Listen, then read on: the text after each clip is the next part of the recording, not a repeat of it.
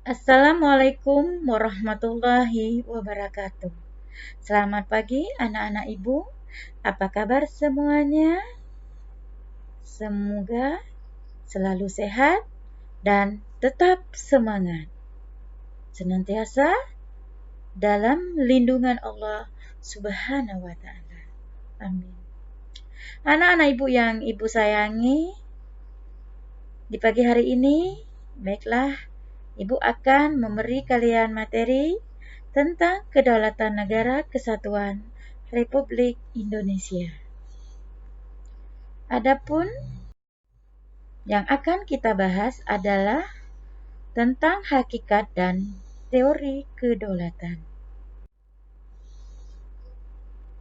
Sebelum ibu menguraikan materi ini, ibu akan menanyakan kepada kalian semua,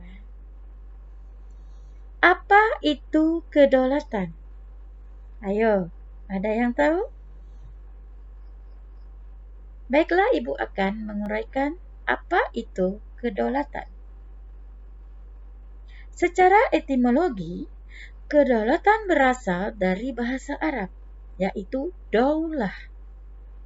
Ingat ya, berasal dari bahasa Arab, yaitu daulah, yang artinya kekuasaan tertinggi, dan dalam bahasa Latin, supremus atau tertinggi.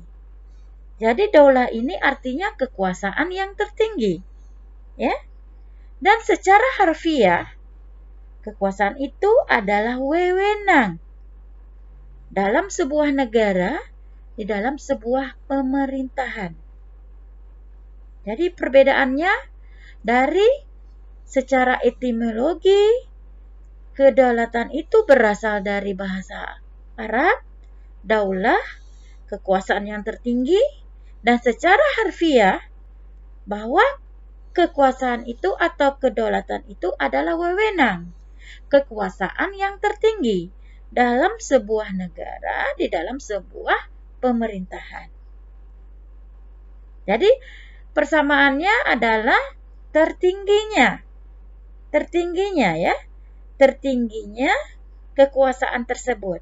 Tahu ya, berarti kalau ditanya apa itu kedaulatan, adalah kekuasaan. Ya, kekuasaan.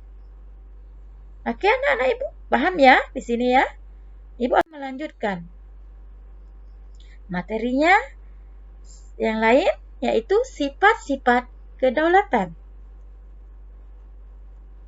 Sifat-sifat kedaulatan terdiri dari 4, yaitu permanen, asli, tunggal, dan tidak terbatas. Ibu ulangi, permanen, asli, tunggal, dan tidak terbatas. Apa yang dimaksud dengan sifat-sifat kedaulatan permanen? Adalah sebuah kedaulatan akan tetap ada selama negara yang bersangkutan tetap berdiri meskipun rezim pemerintahannya silih berganti. Ya. Yang kedua, sifat-sifat kedaulatan asli adalah kedaulatan tidak berasal dari kekuasaan lain yang lebih tinggi dalam sebuah negara. Ya. Jadi itu yang dimaksud dengan kedaulatan asli. Kedaulatan tunggal adalah satu-satunya kekuasaan tertinggi dalam suatu negara dan tidak dapat terbagi-bagi. Dan apa pula yang dimaksud dengan tidak terbatas? Sifat kedaulatan yang tidak terbatas artinya oleh apapun dan siapapun, jika sebuah kedaulatan terbatas, maka akan menghilangkan ciri bahwa kedaulatan itu merupakan kekuasaan tertinggi. Ya, jadi akan menghilangkan ciri bahwa kedaulatan itu merupakan kekuasaan tertinggi. Paham ya? Oke, ibu masuki poin yang berikutnya tentang macam-macam kedaulatan. Ya, macam-macam kedaulatan tersebut terdiri dari 2. Satu, kedaulatan ke dalam, dan satu lagi kedaulatan keluar. Nah, apa yang dimaksud dengan kedaulatan ke dalam?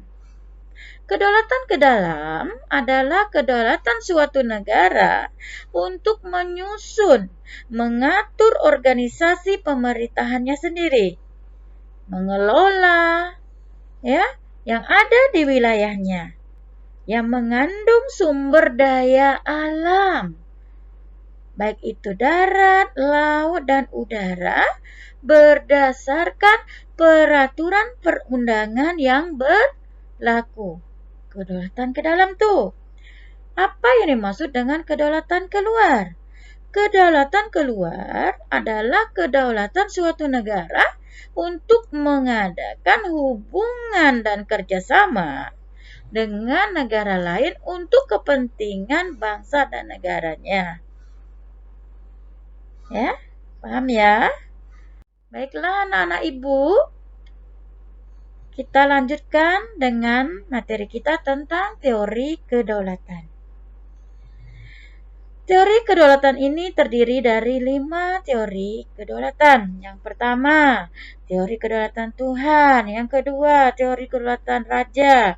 Yang ketiga, teori kedaulatan negara. Yang keempat, teori kedaulatan hukum. Yang kelima, teori kedaulatan rakyat. Ya, jadi ada 5 tentang teori kedaulatan. Apa yang dimaksud dengan teori kedaulatan Tuhan? Ada yang tahu anak-anak ibu?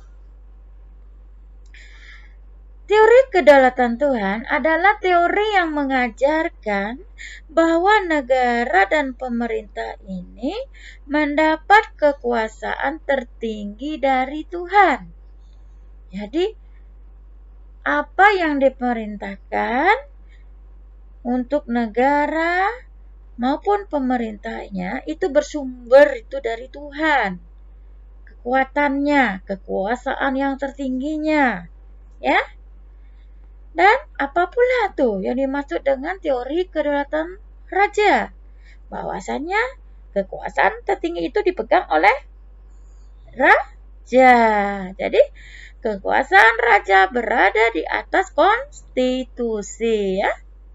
Oke, baiklah kita masuki dengan teori kedaulatan negara. Nah, menurut teori kedaulatan negara ini, bahwa kekuasaan tertinggi terletak pada negara yang merupakan lembaga tertinggi kehidupan suatu bangsa, baik hukum dan konstitusinya. Nah, apa yang dimaksud dengan teori kedaulatan hukum? Menurut teori ini, kekuasaan pemerintah berasal dari hukum yang melindungi hak-hak warga negara. Ya. Dan yang kelima adalah teori kedaulatan rakyat, di mana teori ini rakyat memegang kekuasaan yang tertinggi dalam suatu negara. Sebagai pemegang kekuasaan tertinggi, maka rakyat memberikan sebagian kekuasaannya kepada pemegang penguasa, yaitu untuk tujuannya melindungi hak-hak rakyat.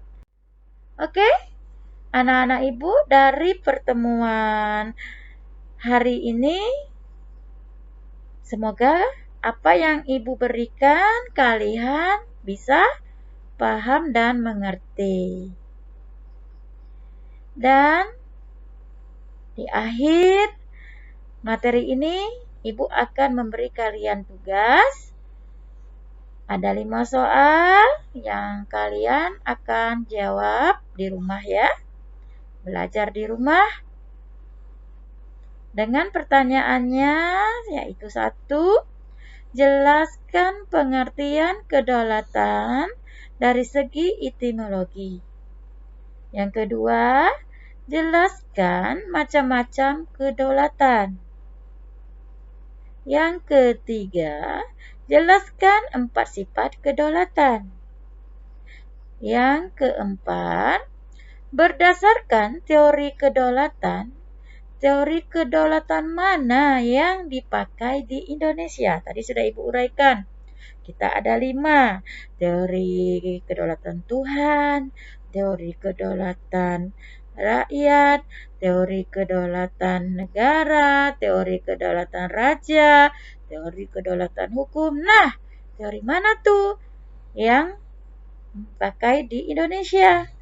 Yang kelima, apakah pemilu termasuk salah satu contoh bentuk kedaulatan rakyat? Oke, selamat menjawab. Semoga sukses.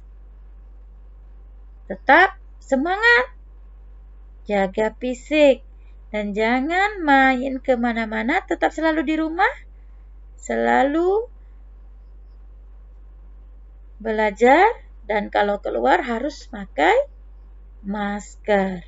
Salam semangat, salam cinta. Wassalamualaikum warahmatullahi wabarakatuh. Sampai jumpa di minggu depan.